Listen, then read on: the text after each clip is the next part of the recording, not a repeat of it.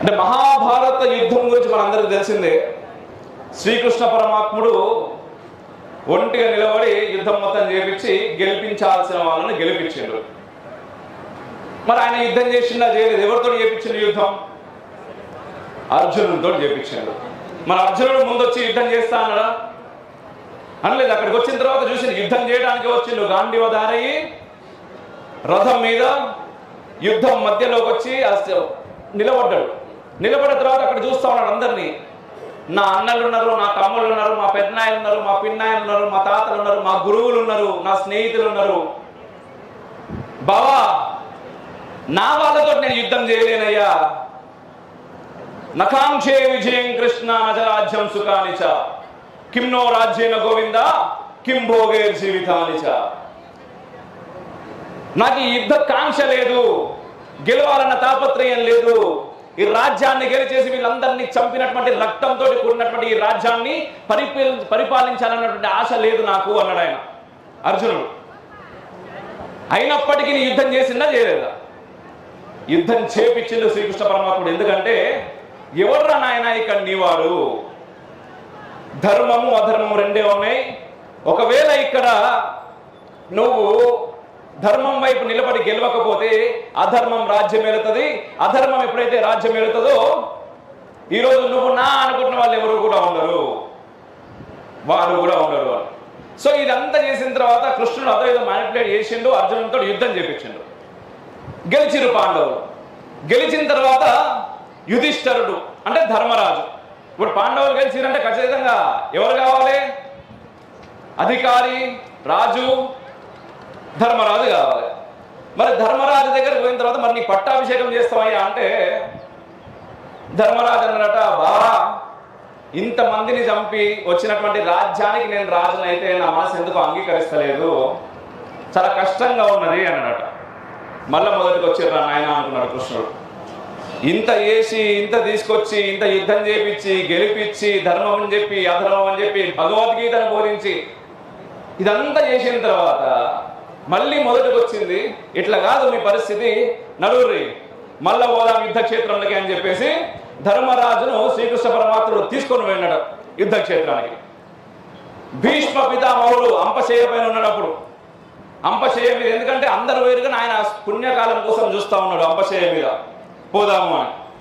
పోయిన తర్వాత ధర్మరాజా, యుధిష్ఠిరా, నీకు కష్టం వచ్చిందన్నావు కదా, డౌట్లు చాలా ఉన్నాయి కదా, మరి మీ గురువు గారు అక్కడ ఉన్నారు కదా, మీ గురువు గారిని అడుగు అని కృష్ణుడు అడుగుతాను. అప్పుడు ధర్మరాజు అన్నాడట, అయ్యా చాలా కష్టంగా ఉన్నది, ఈ రాజ్యాన్ని నేను ఏలుడు, ఈ రాజ్యానికి అధిపతిగా ఉండు. అవునా? భీష్ముడు అన్నాడు, మరి కష్టం అంటే ఏమనుకుంటున్నావు యుధిష్ఠిరా? ఏంది కష్టము? ఎవరికి వస్తుంది కష్టము? ఎవరికి వస్తుంది కష్టము అంటే ఈయన కొంచెం ఆలోచించిండు. నాకేదో ఈయన సమాధానం చెప్తారని పోతే మళ్ళీ రివర్స్ నన్నే ప్రశ్న అడిగిండు. ఇప్పుడు నేను ఏం చెప్తున్నావు అని ఏమంటా ఉన్నాడు ఆయన? అసమర్థులకు వస్తుంది అని చెప్పిండట యుధిష్ఠిరుడు. అసమర్థులకు వస్తుందా? సరే, మరి మీ పాండవులంతా కూడా వనవాసం చేశారు కదా, అడవులకు పోయారు కదా, కష్టపడ్డారు కదా, మరి మీరు అందరు అసమర్థులా అని అడిగినాడు భీష్ముడు. సరిపోయింది, నేను అడిగిన ప్రశ్నకు సమాధానం వచ్చింది కాదు, అసమర్థులకు రాదు కష్టం. మరి ఎవరికి వస్తుంది మళ్ళీ అడిగిండు ఆయన. అంటే ఈసారి చెప్పిండట, అసమర్థులు కాదు కానీ దైవ కృప లేని వాళ్ళకు వస్తుంది అన్నాడట. దేవుని కృప లేని వాళ్ళకు కష్టం వస్తుంది. బాగున్నది, చాలా అద్భుతంగా చెప్పిన ఆయన యుధిష్ఠిరా. అయితే మరి భగవానుడు శ్రీకృష్ణ పరమాత్ముడే కదనయ్యా మీ అందున్నాడు, మీతో ఉన్నాడు, మిమ్మల్ని నడిపిస్తా ఉన్నాడు. మరి ఆయన ఉండంగా నీకు కష్టం వచ్చింది అంటే భగవంతుడు నీ పట్ల లేడని నువ్వు అనుకుంటున్నావా అన్నాడు ఆయన. అనగా టక్కన నాలుగే గరుక్కున్నాడు ఆయన. ఎందుకంటే శ్రీకృష్ణ పరమాత్ముడే ఇంత చేసిండు, వీళ్ళని నడిపించిండు, యుద్ధ భూమిలోకి తీసుకొచ్చిండు, గెలిపించిండు, రాజ్యాన్ని చేతిలో పెట్టిన తర్వాత కూడా భగవంతుడు మా వైపు లేడు అని ఎట్లా అనుకుంటాడు ఈయన? లేదు లేదు, నేను తప్పన్నా. మరి ఇప్పటికన్నా అర్థమైందా కష్టం ఎవరికి వస్తుంది అనగా ఆయన ఆలోచించి, కష్టం అనేది లేదు, జీవితంలో పరీక్ష మాత్రమే ఉంటుంది, ఆ పరీక్షను మనం గెలిస్తే సరిపోతుంది, నాకు అర్థమైంది మీరు చెప్పాలనుకున్నది, నేను పోయి రాజ్యాన్ని పాలిస్తా అన్నారు. అట్లనే ఈరోజు మన కష్టాలు అనేవి ఉండవన్నా. మనం ఆలోచించేది ఏమా, మన ఆలోచనలు ఏదైనా మనం చెప్తా ఉంటాం, వివక్షలో మాట్లాడుతూ ఉంటాం.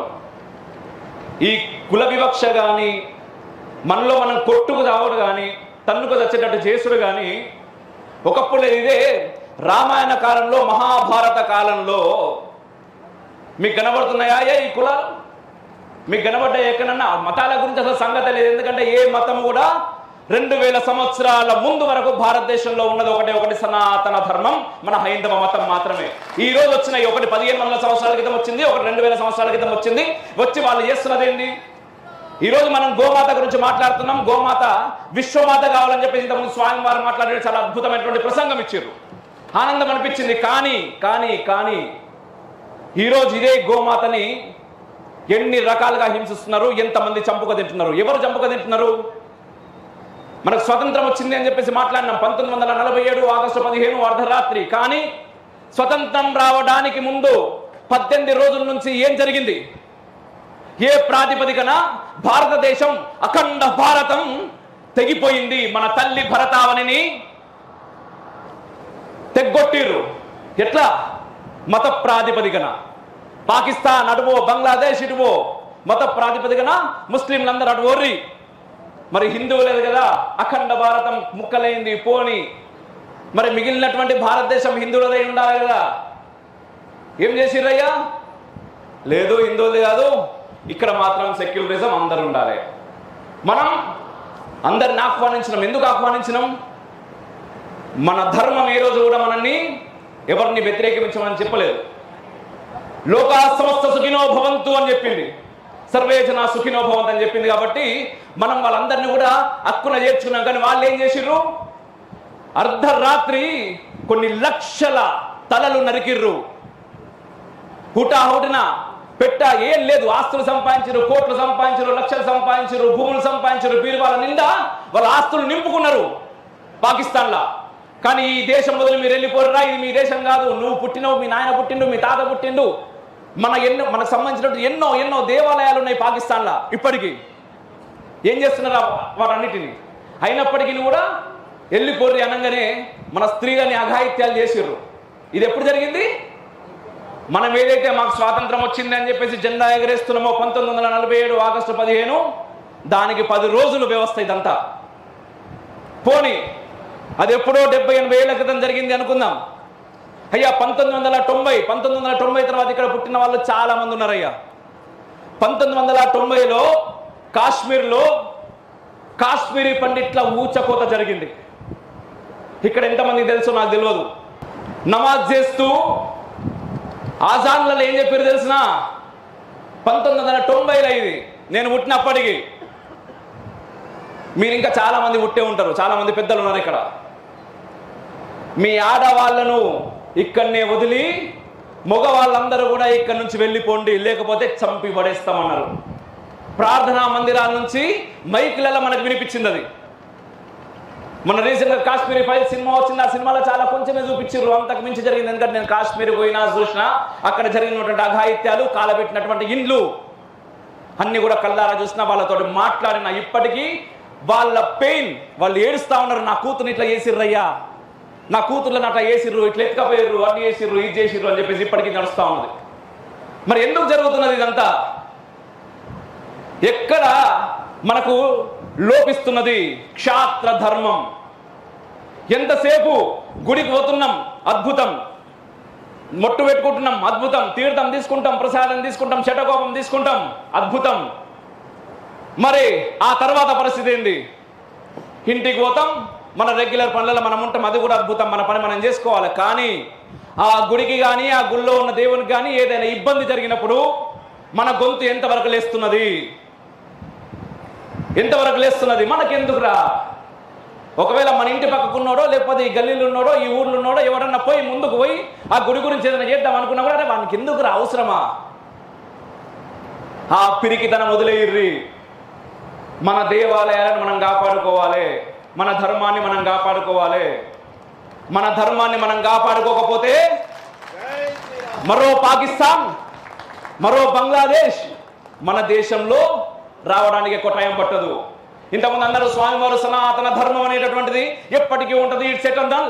ధర్మాన్ని ఎవడు ఏం చేయలేడని, ధర్మాన్ని ఎవడు ఏం చేయలేని నేను కూడా చెప్తున్నా. కానీ ఇంతకుముందు పాకిస్తాన్ లేదయ్యా ధర్మం. ఏ ధర్మం ఉండిందయ్యా? అఖండ భారతం ఉన్నప్పుడు ఏ ధర్మం ఉన్నది? సనాతన ధర్మం. బంగ్లాదేశ్లో ఏ ధర్మం ఉన్నది? సనాతన ధర్మం. కాశ్మీర్లో ఏ ధర్మం ఉన్నది? సనాతన ధర్మం. ఈ రోజు ఇదే పాకిస్తాన్లో, అదే బంగ్లాదేశ్లో, ఇదే కాశ్మీర్లో ఏ ధర్మం ఉంటున్నది? ఆఫ్ఘనిస్తాన్లో ఏం చేస్తున్నారు అక్కడ ఆడవాళ్ళను? ఆఫ్ఘనిస్తాన్ అయితే చూసారు కదా, మొన్న బంగ్లాదేశ్లో వాళ్ళ దేశ ప్రధానిని 30 నిమిషాలు నీకు టైం ఇస్తున్నాము, చల్ ఇక్కడ నుంచి 2 సూట్ కేసులు ఇస్తాం, తీసుకొని వెళ్ళిపో అన్నారు. ఆ దేశంలో ఉన్న ప్రధానమంత్రి ముస్లిమే, ఉండేటటువంటి జనాలు కూడా ముస్లింలే. మరి ఏం లోపం ఉన్నది అక్కడ?